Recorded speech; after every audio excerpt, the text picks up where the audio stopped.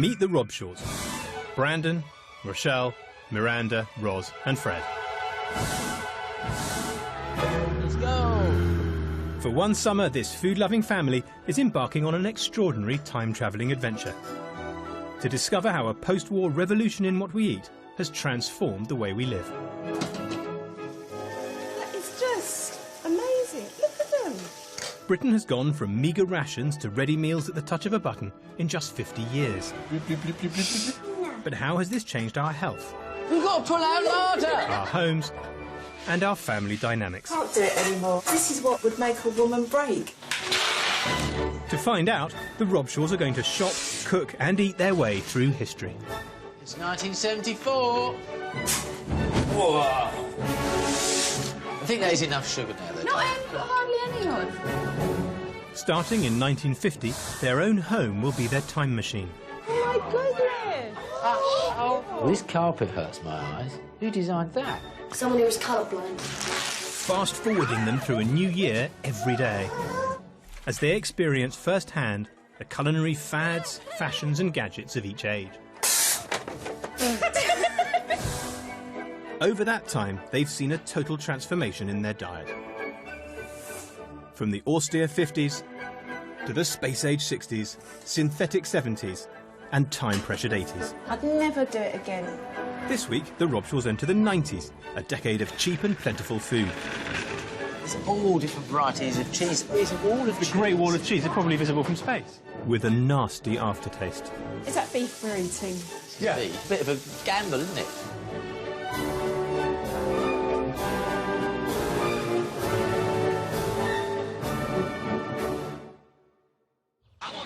It's the final stage of our time-travelling experiment. And to set the scene for 1990, we've transformed the Robshaws' brash 80s house into a vision of calm tranquility, with a lick of magnolia paint, feature wall, and the ubiquitous potpourri. In the kitchen, the arrival of warm wood, nostalgic details, and a sofa mark the transition from dining to living room.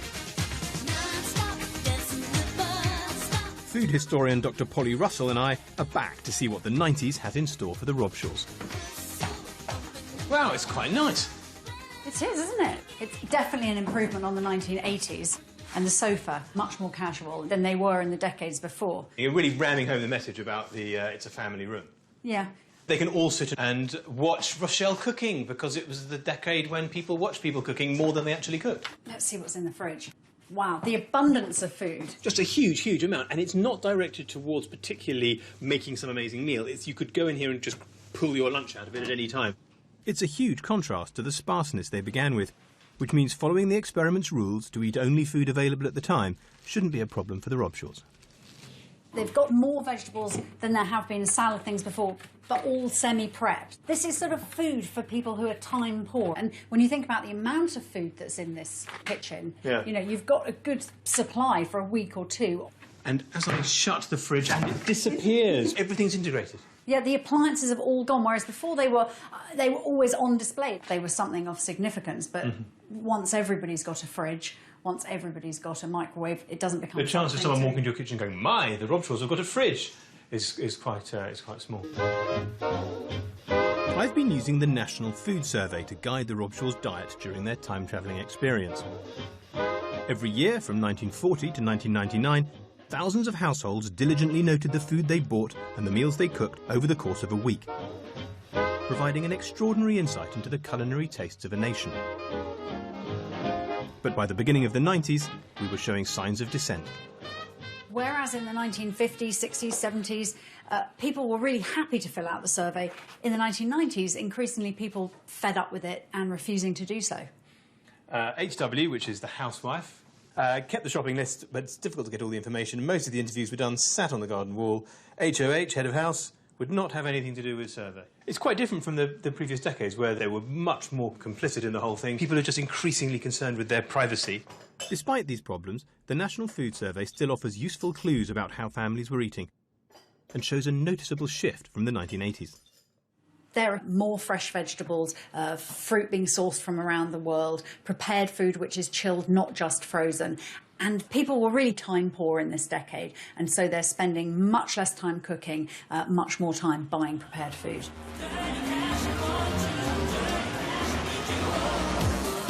The longest working hours in Europe were just one of the squeezes on family life in 1990. By the end of the year, the country had slipped into recession, and the ERM crisis of 1992 saw interest rates soar to 15%. The subsequent property crash meant many families had to tighten their belts. And it's millions of people in this country who are going to pay the price for these mistakes. Today is gonna be the day that they're gonna throw it back to you. By now, It's all a distant memory for Brandon and Rochelle, who were in their 20s in 1990, while the children weren't even born. It's 24 years ago, like 1990. The beginning, yeah, 24 years. It's like a long, That is a long time. ago. You know, the funny thing is, I can remember quite a lot about things like the music of the 90s. And, of course, I can remember meeting you. And I can remember the birth of these lovely children. But I can't remember much about the food. Fish. I've Yeah. been longing for fish, but I'd like to grow gills by the end of the 90s. It's the last time in the experiment that the Robshaws will see their house transformed. Oh. Ooh. Oh, this is really nice. That's inviting you to sit down, isn't it? Well, I think it's absolutely lovely to have a big family space like this. What? Pop-Tarts. Oh my God. How about that, look? Pop-Tarts, got Pop-Tarts. Mum, look. Look, we've got to pull out harder. See, before, right, you'd open a cupboard and there'd be, I don't know, like 5 items in there. Now there's like 500. That's a lovely fridge, and it's got wine in it as well. It's the drinking decade, isn't it, really? It's sort of like, that's why people probably wouldn't be bothered to cook, 'cause they're too drunk. Is it? Was it the drinking decade? I think a lot of people took to drinking, We used to including drink myself. a lot in the 90s, didn't We we? did, and we didn't really think it was very bad for us, did No, we? no. In fact, we used to sort of like think it was rather good for us. We thought it was quite healthy, didn't Yeah, we? we did. So it looks as if we're ready for a bit of a booze up, doesn't it? I've left the Robshaws the 90s manual, offering guidance on food, leisure activities and their roles during the decade. In their contemporary life, Brandon does the lion's share of the cooking. Bye, Rochelle. Bye, Brandon.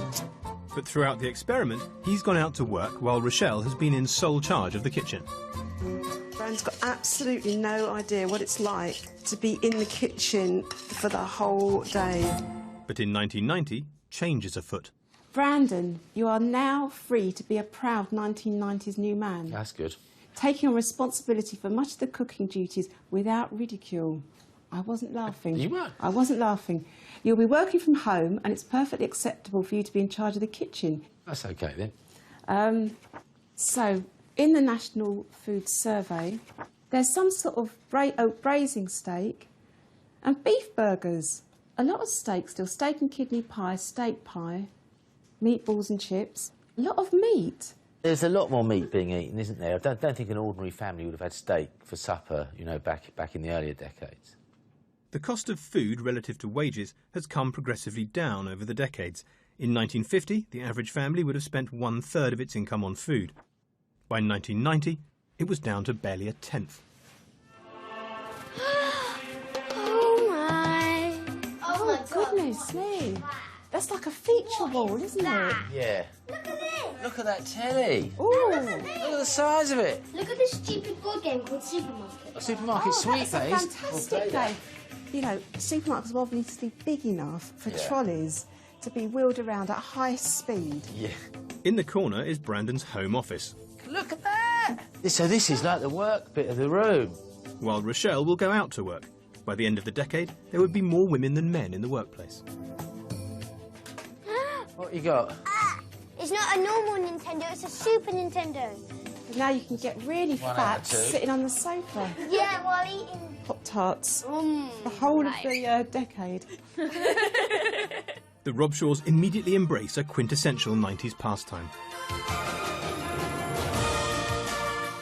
It's the first MasterChef. It's the British Grand Prix for amateur chef. I didn't know it had been going this long. I really didn't.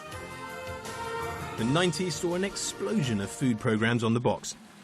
a multitude of new series launched, introducing many household names to an enthusiastic public. Food as entertainment was booming.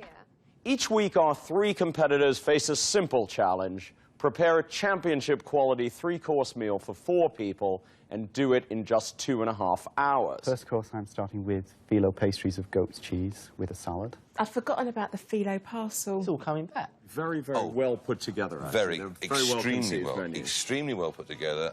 For home, very ambitious.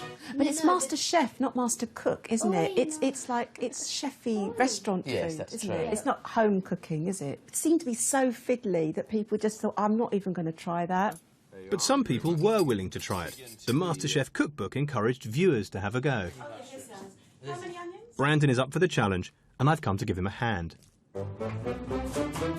This is a really seriously complex recipe. Oh, God, you've got to devein the spinach. Yeah.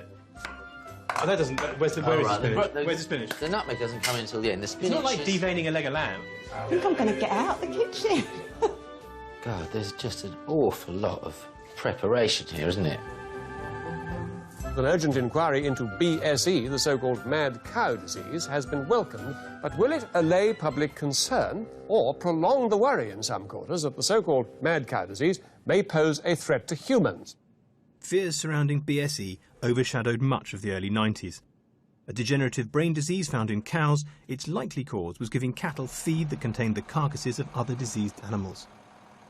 Oh, that's right, they gave meat to animals who would not eat meat. That's disgusting. Isn't that disgusting? The government was adamant that humans could not catch BSE from eating beef. The government continues to say that beef is safe. The Agriculture and Food Minister John Gummer was happy to chomp his way through a beef burger, although his 4-year-old daughter Cordelia was less enthusiastic. Why did you go like that? Because he's giving his kid that burger. I mean, that's really shocking at the time. She didn't eat it. She said it was too hot. Thank God. Cut the fillet of beef down the centre line. Tie each piece of... I don't really know what it's talking about. Let's have a look. I have no idea what you're meant to do there. After saying cut the fillet, it does refer to each piece. Are they cooking beef? I'm not sure if they're cooking beef. I think they might be cooking beef tonight. Maybe it's an experiment. Is that beef we're eating? Yeah. This is fillet of beef. There's just been watching about the beef scandal, mad cow disease. Oh my God. That's why it was cheap. That's why it was cheap. That's why we could afford it. Yeah. So it's a bit of a gamble, isn't it? But it's fine because John Gummer fed a beef burger to his child, so it's okay.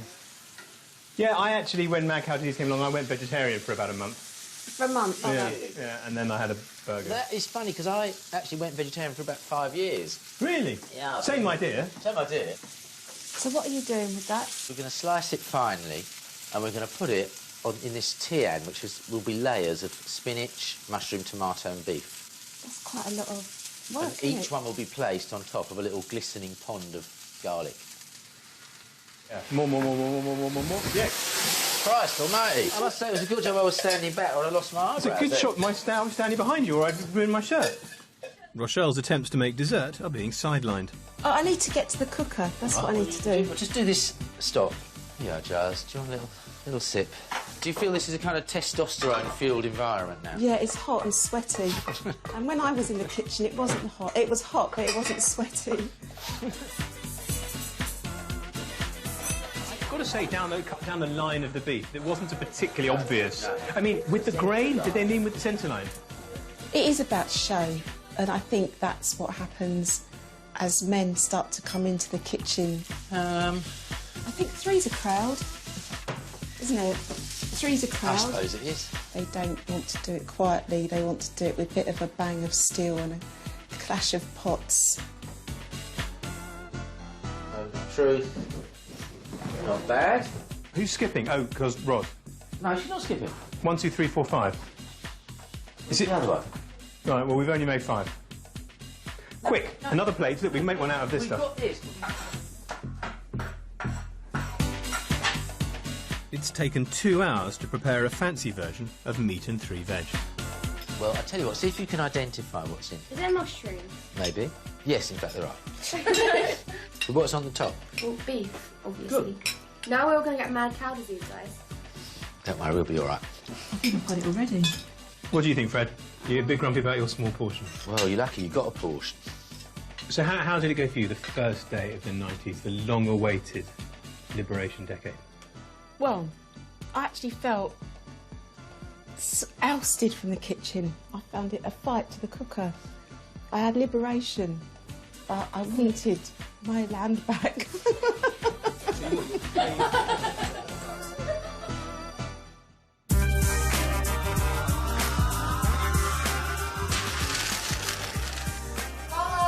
Bye, have a good day. It's a new day, signalling a new year for the Robshaws, and I'm here to accompany them on a typically 90s excursion. Aha. Charles, good morning. Morning. Come in. Come through. Hurrah. Rochelle, hello. Hi. You got a hangover from last night? No, not at all. I'm fine, thank you very much. Yeah. Finally managed the washing up. Yes, I the did. bit they never show in MasterChef. Yeah, I always wondered who did it. Yeah, it turns out it was you. Yeah. We are going on an exciting expedition to a massive superstore. Wow. In a massive, great big people carrier. According to the National Food Survey, and we'll be shopping to an actual shopping list from an actual housewife from your friend, the National Food Survey, which is 3 pages of ingredients for 92 quid, because, you know, food really, really cheap. And by this time, the whole experiment, at this point, it's the lowest percentage of the household income that goes on food. So you're going to go and just walk down these massive, brightly lit aisles and wow at the range of fizzy drinks you can buy, basically. Hurrah. Well, come on then. Let's go. Well, hey. I've never driven one of these before, so it'll probably A few hundred people in there, couldn't you? It's a people carrier. What's that wire, Brandon? Don't distract me, darling. Crunch, crunch, crunch. Steered it through that narrow gap there. It's a good start. 5 years earlier, there were 50 out-of-town supermarkets in Britain. By 1991, there were 250, and most people drove to them, possibly with more finesse than Brandon. No, you want to go that way. Well, that's right, isn't it? Yes, so why is your indicator pointing left? It's all right, we're going.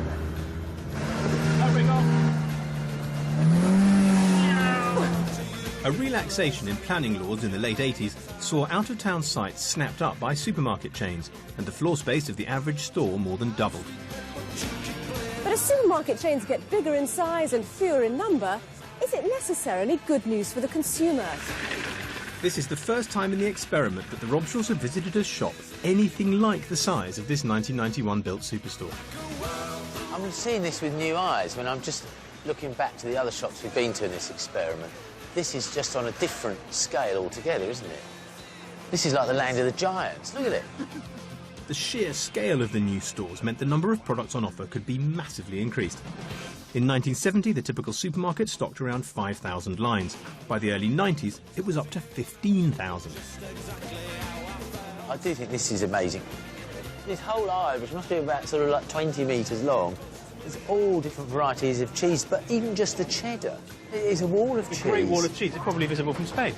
What's down here? Do we need any meat?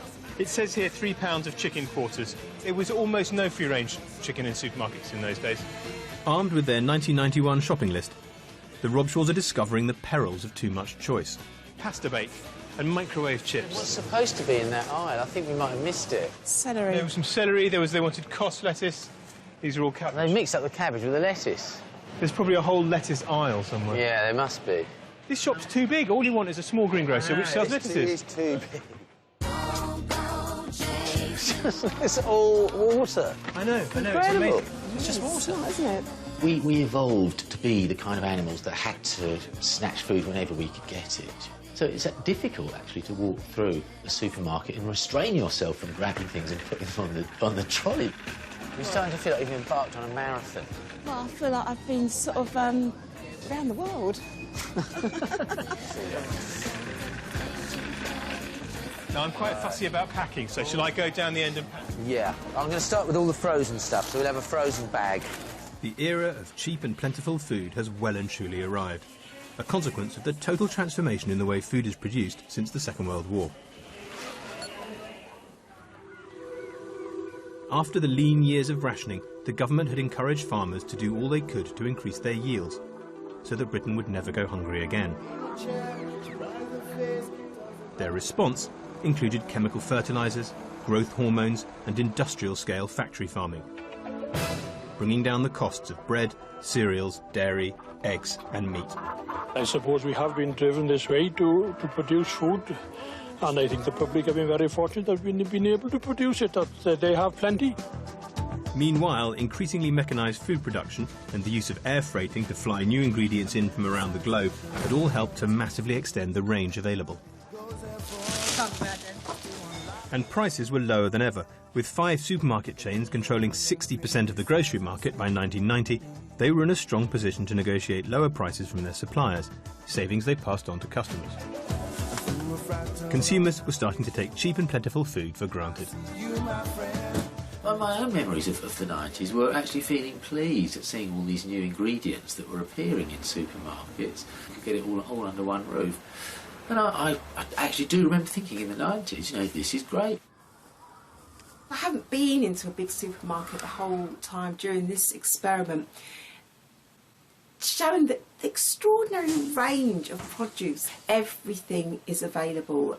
It's come from every part of the world. So in that way, that's good.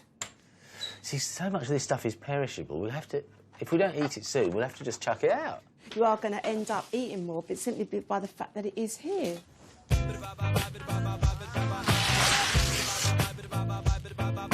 It's 1992, and while the nation speculates about Fergie's French holiday antics, The Duchess topless and Mr. Bryan apparently kissing her foot. the Robshaws are enjoying a French affair of their own. Oh, right, these are nicely warm. A continental breakfast. Cafetiere. I do remember having my first one of these.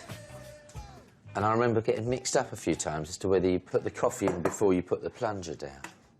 Yeah, do you know what? I suppose it's funny that it's taken us so long to have this kind of continental sort of breakfast. That, I mean, everyone had it on holiday, hadn't they? It is saying, OK, we'd like to be French because you're cool. Yeah. Well, I haven't used the juicer before, but... A juicer? Is it that thing there? Not this, surely. We're not talking about using this. That doesn't look exactly sort of very, like, cutting edge, does it? Fred, do you want to come and do some juicing for us? No. Just come and do it, would you? Look, you see that? Oh, that's quite good, actually. Oh, it's working. Once relatively expensive, oranges were now a cheap everyday staple. Too much? Yeah. Orange juice consumption had tripled over the 80s, and by the early 90s, fresh juice was de rigueur, if you could be bothered to squeeze it. I bet that's really lovely, but that is the juice of 3 big oranges. So it's a lot of work to get that amount of juice, isn't it? Is there You don't want to be late, Ros. I'm not going to be late. You know what the French say? No. They say, il ne faut pas être en retard. That's very important. What does that mean? It means you mustn't be late.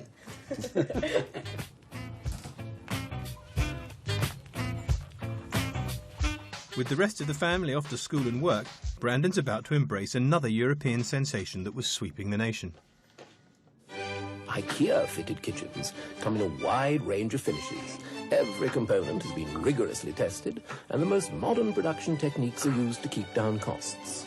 So, after buying one, you can still afford to eat. IKEA, the furnishing store from Sweden. Morning. I have a delivery from Giles. Oh, what we got?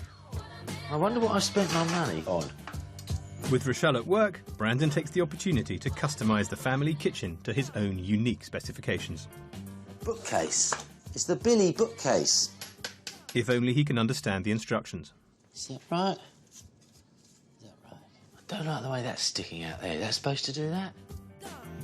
Rochelle returns to her worst kitchen nightmare. So, you've done it. I've done it. What do you think? You know what it is, Brandon? It's since you've been in the kitchen. Yeah. All my sort of lady things. Yeah. It's more, it does look more masculine now, doesn't Feminine it? Yeah. things, yeah. all my grassy bits. Yeah, yeah. have been This looks like removed. a professional kitchen that means business. It's all kind of gleaming stainless steel. I think it makes it look like a proper chef's kitchen.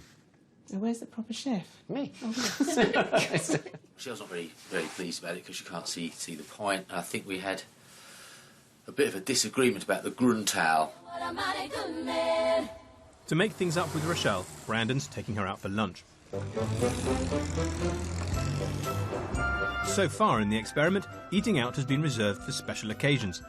From fine dining at motorway services in the 60s... Cheers, everybody. Cheers. ...to nouvelle cuisine in the 1980s. Oh, gosh. Wow. But over the 90s, restaurants became increasingly informal, kick-started in part by establishments like the Eagle, the country's first gastropub. We served restaurant-quality food in a scruffy pub, and that was the concept, if you'd like to call it that. We opened it because we were working in restaurants and we couldn't afford to go to them. There's something about this sort of kind of informal spirit of it that just seems really 90s, and it really sums up the 90s. The informality is crucial. Yeah. People like that. They don't like to go into a space and have some stuffy maitre d' look down his nose at them and say, have you booked a table and, you know, would you like an aperitif? Yeah. They don't really want any of that. That menu, it's very eclectic, isn't it? It's from all over the place, and it's from all over the place because the chefs are from all over the place. Oh, yes, please. That's the chicken. Thank you. It's lovely. That looks delicious.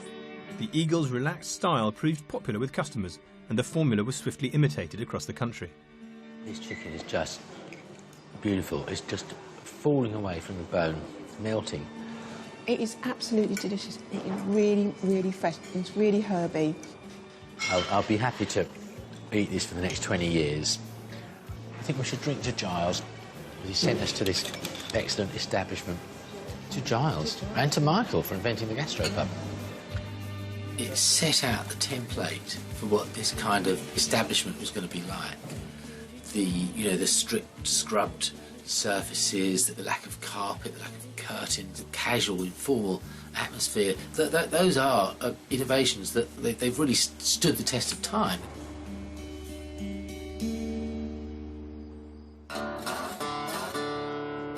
While we became increasingly interested in trying new foods and flavours outside the home, we were spending less time than ever actually cooking. The National Food Survey shows an increasing reliance on pre-prepared convenience food in the 90s, and the average time taken to prepare a meal shrank to just 33 minutes, compared to an hour in the 80s and 100 minutes in 1960. Be careful. Oh my god, they're burning. Oh, Miranda!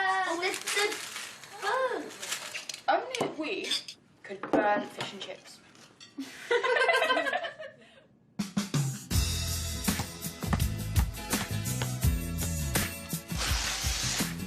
93. It's 1993, and the Robshaws are getting their hands on the hot new taste sensation that British kids were clamouring for. What is it? Pop-Tarts. They used to come with a warning, didn't they? Because like the filling got so hot, people's mouths got burnt.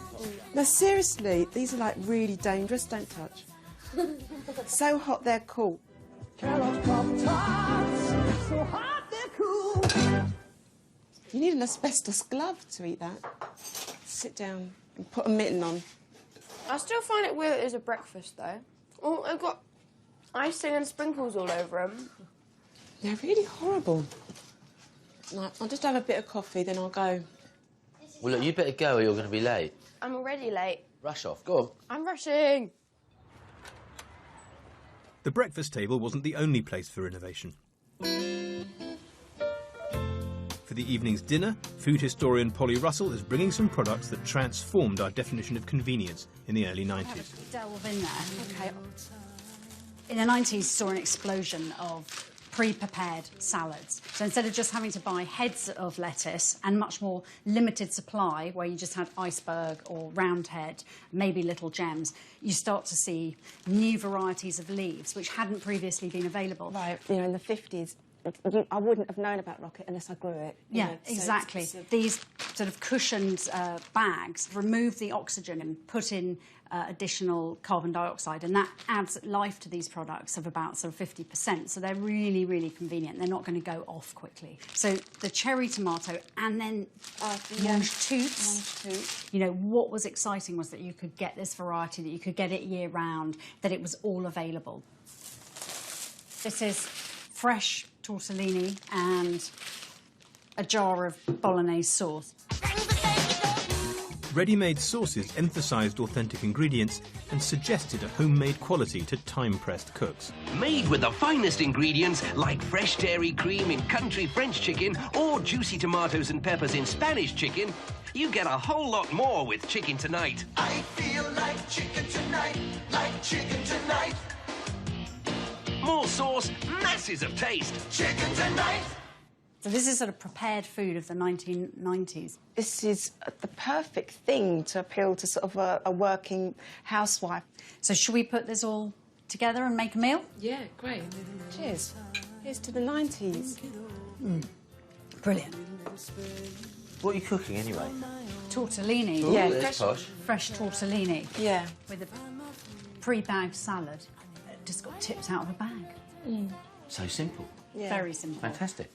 I mean, this is processed, but somehow it just feels better, doesn't it? It feels more like real food. I think so. I think the 90s was this tipping point of where more pre-prepared food was chilled, not frozen. And it's just outsourced the work of washing the lettuce and chopping the lettuce and making the dressing. It's like seconds in comparison to the other meals that we've done. You can cook for a family in 10 minutes here, can't you? Working longer hours, children out at school for longer after school clubs, you know, being able to come home and produce sort of freshly prepared, ready food. I imagine it would have been a real help. Yeah. Would explain why it exploded at that time, I think. I mean, you wouldn't have had these things didn't exist, did they, in the 50s?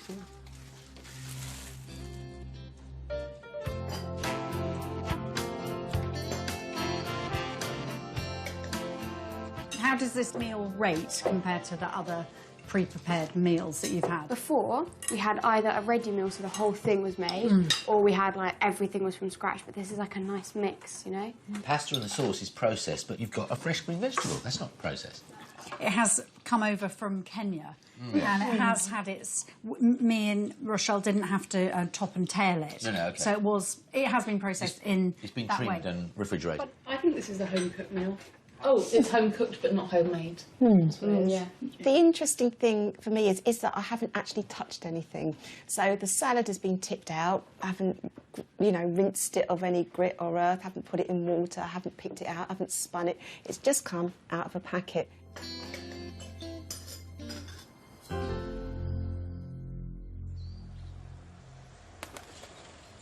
So, in the true spirit of the 90s, meanest, tiddliest, most tight-fisted prices possible. Every little helps. By 1994, 2 of Britain's major supermarkets had upped the cheap food ante, slashing prices and launching value brands as they competed for market share. Although the supermarket giants deny there's a price war, there's clearly intense competitive pressure. There were even TV shows dedicated to cooking with cheap ingredients.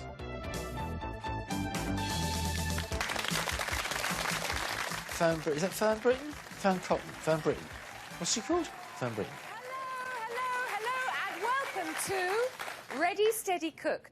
Launched in 1994, the show saw TV chefs help contestants create meals for the studio audience to vote on from a price-limited bag of ingredients. It was a runaway smash and ran for an incredible 15 years. What are your first thoughts over here, please, Brian? Well, I'm quite lucky because it strikes me as being a fairly classical dish. Stuffed chicken breast with bacon and mushrooms.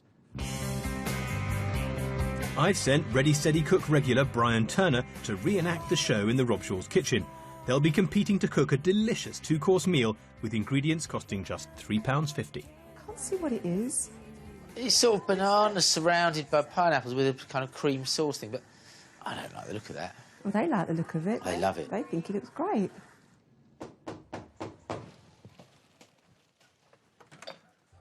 Hello. Hello, how are you? I'm all right, thank you. You must be Rochelle. I am. It's Brian, isn't I've it? been sent great. to see you. Great. You better come in then. Let me put that there for you. I And think I there know for you. what's I haven't coming had a look, here. And then let Thank you just you. shake hands and say hello, how are you? It's great to meet you. Yeah, and you too, how's it going? How do you do? It's a budget bag, is this. It all came together for less than £3.50. I'm interested to see the minced beef, which is How much does that say? I haven't got a glass on. 181. 181, yeah. Best price. Despite concerns around its safety, beef was still very much on the menu. And with prices this low, who could blame us? Sir, Well, I'm thinking this is kind of just asking me to make a chicken curry, isn't it? Like a crispy vegetable side dish. Right. I think we should give it at least half an hour. Okay. Ready, steady, cook. Off you go. It's nerve-wracking, isn't it? It's paralysed with fear. Let's see if it works. It works. So 200 is a kind of moderate. Now remember, you can always put some more in if it's not enough, but you can't take it out. Can't take it out. Good too point. easily. Well, I'm going to taste this now.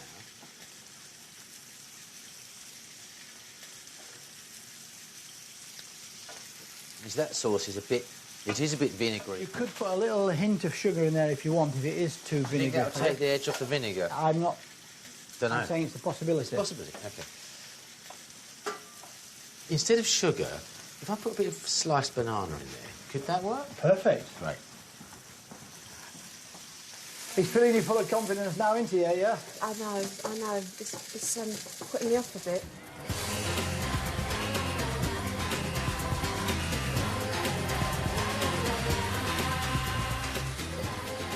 Are you happy with that? As happy as I'm going to be with it, yeah.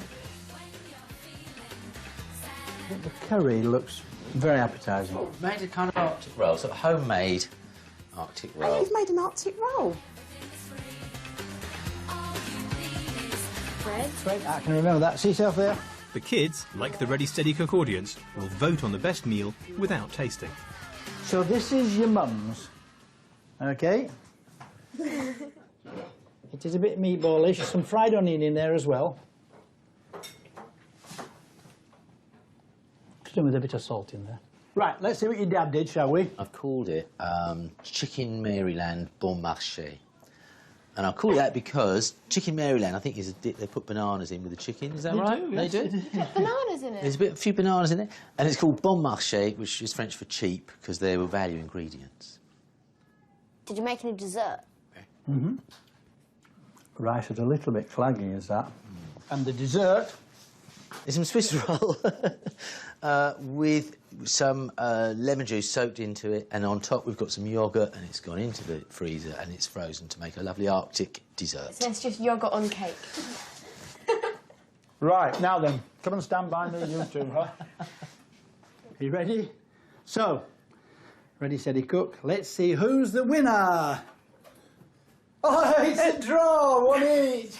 So that gives me the wonderful opportunity to declare the winner. Oh. Your mum.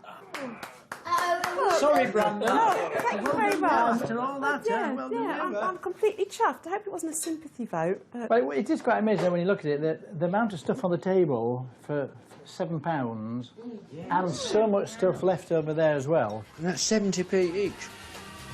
Yeah. But, like Brandon, some were starting to recognise that an abundance of ever cheaper food came at a cost.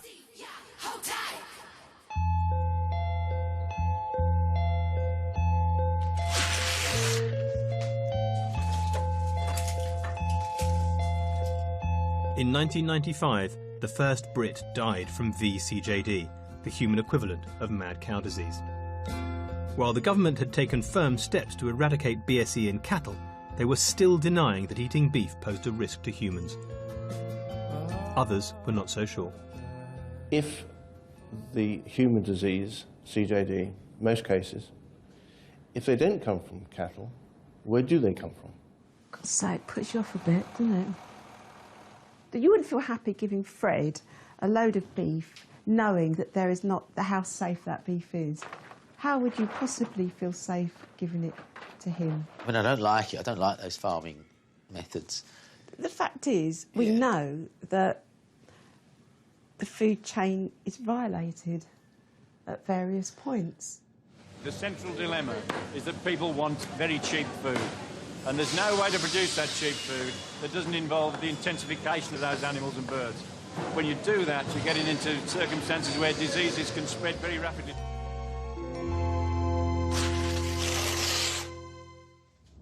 It's 1996, and I'm sending the Robshaws on a road trip.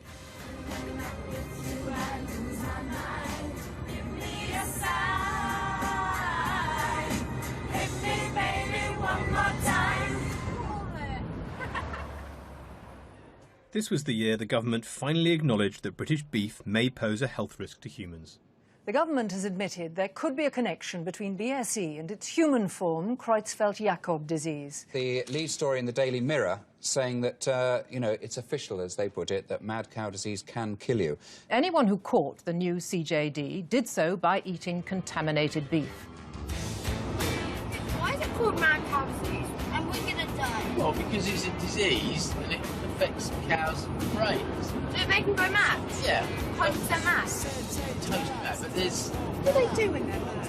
Oh, I don't know. There's perhaps they caper about. I don't know. Perhaps unsurprisingly, sales of British beef plummeted by 90% to an all-time low. No, but if you're thinking about it like now, like you've just heard that news, would it put you off eating meat? Like say Yes. we're in the 90s, would we actually now not want to eat meat now? I would not want to eat meat, actually. I wouldn't want to eat it. One consequence of the scare was a boom in sales of organic fruit and veg, which increased 20 to 30% every year of the 1990s. The Riverford is one of the biggest organic farms in the country. Its 800 acres are almost entirely made over to the production of organic vegetables. It's become a business with £1 million turnover and 2,000 customers, as people's demand for naturally grown products has increased. Do you think you'll finish it today? Probably not today, no. The Robshaws are getting a tour of the farm from owner Guy Watson. There was a kind of innate desire for people to know more about where their food came from and who grew it, and a sort of growing suspicion of the food industry, food processing, additives in food, you know, abuse of animals, the sort of thing that led to BSE, all associated with what I would call a kind of abuses of our food system. I mean, feeding a cow, a herbivorous animal, ground up bits of sheep and beef. You know, intuitively you just know that that's all wrong. Spurred on by food scares, Guy launched one of the early doorstep organic veggie box schemes. Okay, so we'll jump out and look at some lettuces. Great. So that's a cos lettuce. That is fantastic, isn't it? Do they? It's really, really beautiful. They just don't look as kind of full and open and glowing as that. I don't think I've ever seen anything. Oh, don't overdo it. It's a lettuce. The outer leaves are the most nutritious, where it's green. Really got flavour. It makes me feel like I've never properly tasted a lettuce before. So we cut them this morning and they'd be packed today, delivered the day after. This is a handsome crop of leeks, so I say it myself. So you're doing... Oh, yeah, very good. Give him a job. Nice one. That's perfect, Fred. We take off the leaf, strip off a couple of outer leaves, ready to go. So these are our tomatoes, cherry tomatoes. I've never had such a nice tomato. Oh my God. You could just sort of rub it all over yourself. You could, if you were that way inclined.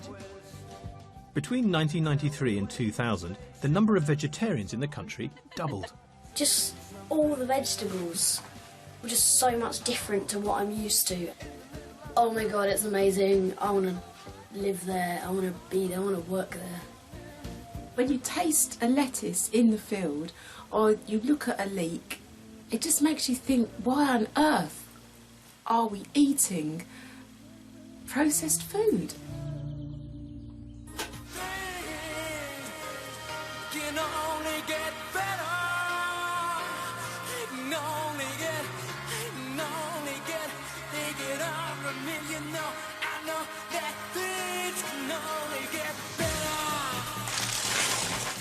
It's a new day, but while 1997 saw the birth of a new era, it also sounded the death knell for the family breakfast. Since the start of the experiment, the Robshaws have sat down together to eat each morning, be that bread and dripping in the early 50s, breakfast cereals in the 60s, That's enough, Fred. He's on his second bowl. or healthy grapefruit in the 1980s. Oh, gosh. But in the 90s, manufacturers replaced the sit-down breakfast with products that could be eaten on the go. Whole wheat, whole grain, oats and fruit. Mum, I need to go. Today, over 40% of us grab breakfast on the way to work. This wasn't the only meal where quick and easy food was in demand. By the end of the 90s, 30% of our spending on food and drink was outside the home. Rochelle and her colleague are investigating the latest fast food import. Now available in any supermarket, the idea of eating raw fish would have been totally alien at the start of the experiment. Hardly had any fish, and it's either been battered or fish fingered. And I've been wanting fish for like 50 years. And now it's you finally get it. Loads of it, raw. That is really, I don't know what I think about. Is that gone from one extreme to the other? Sushi first surfaced as a canapé at city lunches in the early 80s, reflecting Britain's growing business links with Japan. A decade later, it had transferred to the high street. In Japan, there are 2,500 of these, and I'm constantly amazed that nobody's really done it on a big scale before.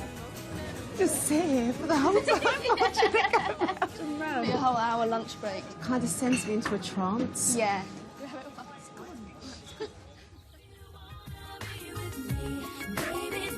Back at home, Brandon's cooking dinner, and I sent wine writer Malcolm Gluck round to help with his 90s wine choice.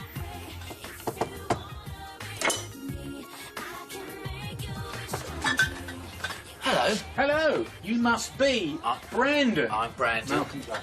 Oh, Malcolm Gluck. Do you know what? I've read your column many times. No. Yes, I have. Yes, I have. Gluck helped 90s consumers make sense of the dizzying variety of wine now available in supermarkets, with selections 3 times bigger than they had been in the 1980s.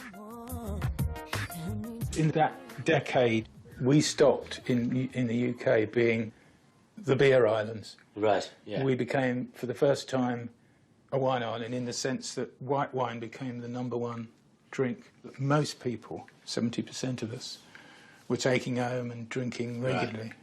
This is the 100% Chardonnay. Oh, it's a zinger. I mean, it's vibrant. We're going to get some frying action going. And so suddenly, in the 90s, it all came together. Supermarkets were actually staffed by mostly female wine buyers who were tremendously knowledgeable and enthusiastic and open to all sorts of ideas. Best of all, those wines from Australia, New Zealand, South Africa came along, South America. They went all of the new cuisines that we were experimenting with. These wines were just perfect for. Right on cue, they're cooking up a 90s classic, Thai green chicken curry. Let's get some tastiness. Thai chicken curry. Yeah, I like it. You like it. Everyone likes it. They eat it in restaurants. But how many people do it at home? It is so simple. With exotic ingredients available in many supermarkets, you could now cook your way around the world with ease. Thai curry was very easy to do, actually. It was very simple. It was slightly cheaty because it did involve a jar of Thai green curry paste. This is a very different dish from what I cooked Rochelle when first we started going out, the first time I invited her around for dinner. Oh, I see. So I cooked her tofu in Guinness, which was pretty... You're kidding. This would have been better, I see that with hindsight now. Perhaps he was drunk. Oh, hi. Did you have a good day at the office, dear? And I had a visitor today, and he told me all about wine. Did he? We did a little tasting. Just have a little swoosh around and then sniff it. You swirl it. Oh, I can swirl it and smell it already. You can smell it already, can't you? You know, Rochelle and I drank a lot of wine back in the 90s. We sometimes thought that we were drinking too much, but it's interesting and reassuring, really, to learn that everybody was at it. Get out the posh cutlery, put the Chardonnay on the table, and off we go. I do feel that Brandon is getting much closer to his contemporary role in the kitchen. He's happy to be there. I'll tell you what, that's really nice. Is it? Oh, really nice, yeah. No, I think this is the best meal you've cooked. Probably it was a better choice than the tofu and Guinness. Although having said that, you know, the tofu and Guinness went down quite well in '95. It's really simple. I mean, it's really kind of cheaty. Anybody could do it, but you did nice, it, Brandon. But I did it. Yeah. You unscrewed the bottle. I did, and I poured it in. Yeah.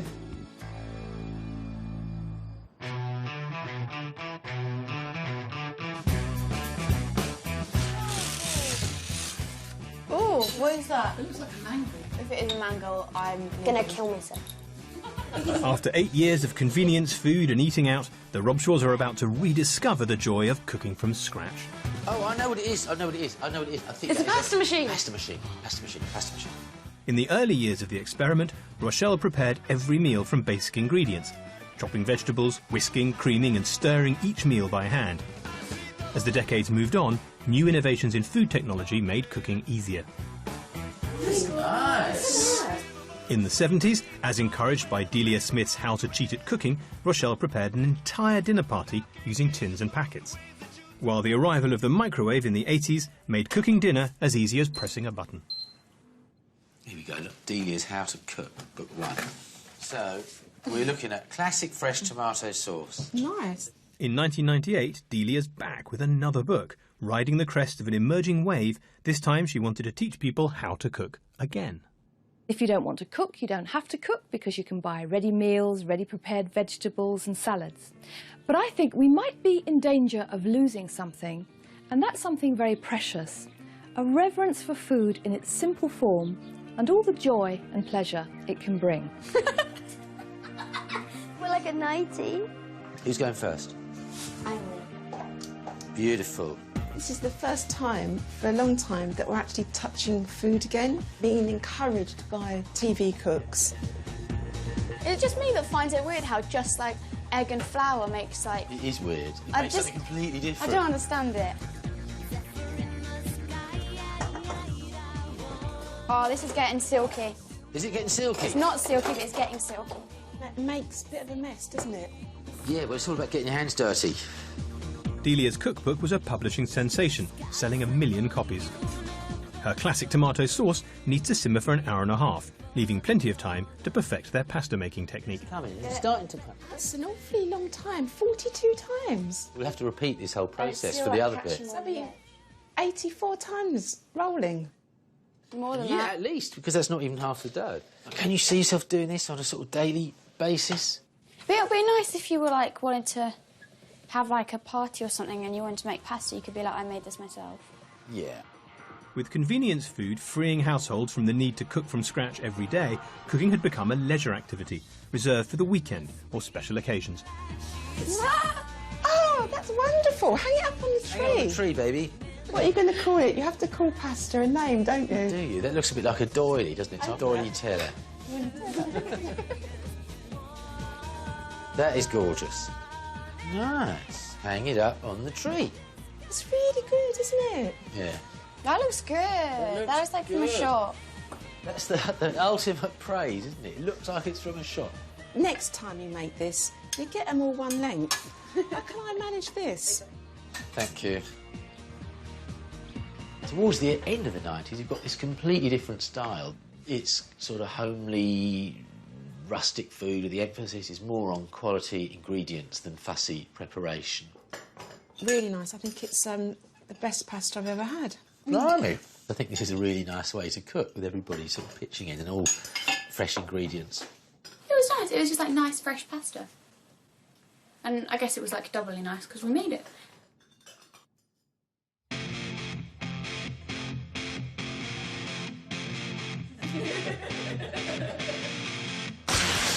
Look at that. 1999, Millennium Dome. What do you think of it? I still like it. When I drive past and see it, I think, wow. It's the final year of the millennium, and after 6 weeks of eating in the past, the Robshaws have reached the last day of their time-travelling experiment. As Britain's countdown to the millennium continues, final preparations are now being made for a night of unprecedented partying. The Robshaws are getting ready for a celebration of their own, guided by the very latest TV chef. I like the way he uses these really sort of active, energetic sort of verbs. Smash up the chilli, he says, rip the steaks in half. It's a bit violent, isn't it? Jamie Oliver couldn't have been more different to Delia, but he joined her in encouraging us to rediscover the joy of home cooking. Just squeeze that in there. Just mush it up in your hands. And again, the first thing we're going to do is get a big handful and rub it all over the meat. So straight away the skin's going to be tasty, lovely jubbly. Chuck it all in the pestle mortar, just chuck it in, bish bosh, in they go. Rip them, tear them. chuck them in, shove them in. Polly and I are invited to the party, ready to toast the end of the experiment. We set up an experiment to talk about food, and it's ended up talking about all sorts of other things. Well, I think that's what I'd hoped the experiment would do. Food can be a sort of lens on a whole set of other aspects of social life. Hi, good to see you. I haven't seen you for ages. Yeah. Come in. Lovely to see you. Hello, Giles. Good to see you. I'll tell you what, you could snap each one of those in half. Would that be really helpful? Yeah. So how was the 90s for you this time around? It's so informal. The way that I'm doing, you know, a good deal of the cooking now, which didn't happen at all in the 50s. The whole layout of the house has changed to make it sort of more open plan and sort of reflecting the way we live, I suppose. When the experiment started, I actually did want to get back into the kitchen because it was a place I haven't ever really sort of dominated. That domination will never come to pass. So now the space is actually open for everybody. I actually feel better now I've realised that and accepted that. In the 50s, you were thinking about food a lot in your 50s because you're in a food experiment. Because we were bloody starving. But in the 50s, food wasn't fun, was it, for most people? And then it's become a recreation. That's right. And that's nice. It's time to raise a celebratory glass to the conclusion of the Robshaws' 50-year journey. Oh! To the 90s and the end of everything. Cheers. Cheers, everybody. And now, with fewer than 3 minutes to go before the start of the new millennium, in all parts of these islands, people are waiting in their own ways. Here outside Cardiff City Hall, Belfast, and in Birmingham Centenary Square, we're watching as the last year of the last century of the old millennium slouches off stage to make way for the youthful entry of the new.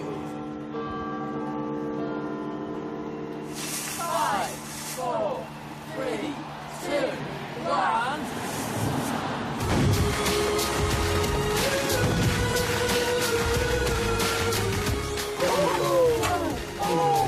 Well, it is now 2000 today, and to mark the birth of the new century, the River of Fire on the Thames, fireworks all over the country. I have learned that as time has gone on, food's become less of something that you have to eat and more pleasure. During these past, 50 years of time travel, I think I am more willing to try new things now. I think that's a good life skill to have.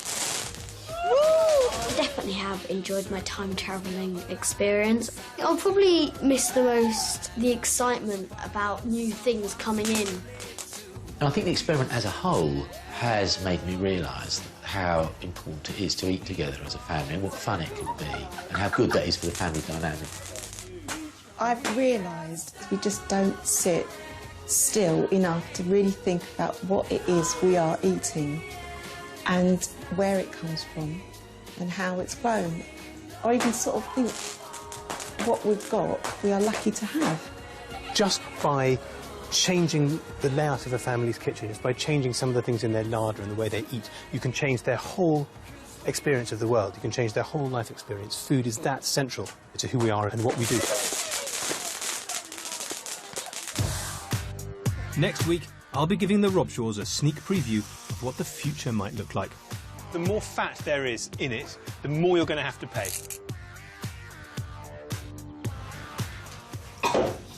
I am kind of repulsed